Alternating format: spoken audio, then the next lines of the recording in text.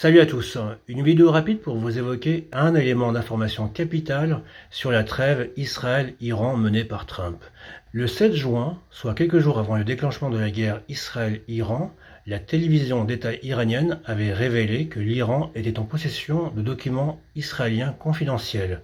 Des documents israéliens non seulement liés à l'arme nucléaire israélienne, mais aussi des documents stratégiques sur les opérations d'Israël à l'étranger. Quand je me suis penché sur cette information, j'ai reconnu ce que des hackers pro-iraniens et pro-palestiniens m'avaient fait savoir depuis des mois, à savoir que des documents israéliens ont effectivement été hackés, piratés, par des hackers à travers le monde, des documents issus du ministère de la Défense, du ministère de la Sécurité nationale, de la police, du Mossad.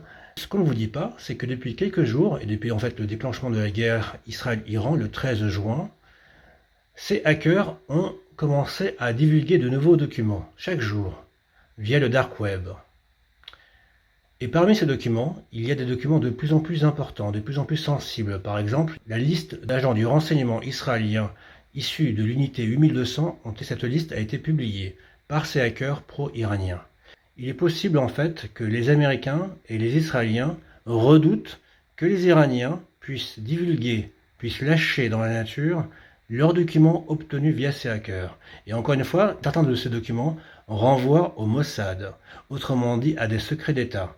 Par exemple, moi-même, quand j'ai publié des mails de Jeffrey Epstein faisant allusion à son rendez-vous avec Nicolas Sarkozy, ce mail était issu de ces documents-là.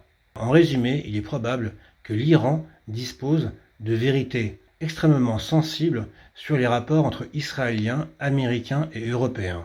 Voilà pourquoi, peut-être, les Américains, les Européens veulent à tout prix une trêve rapide avec l'Iran. Ils savent que si l'Iran rentre en guerre, elle pourrait sortir cette dernière arme, la divulgation d'éléments confidentiels compromettants pour des dirigeants occidentaux.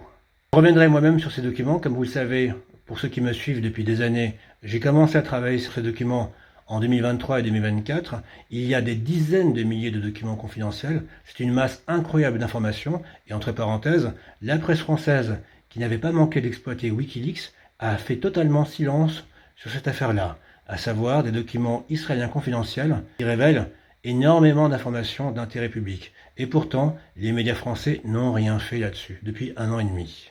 Si vous aimez ce genre d'informations, n'oubliez pas de soutenir mon média, Panamza. Le lien est en description. Et je vous dis à très vite pour de prochaines révélations. Ciao.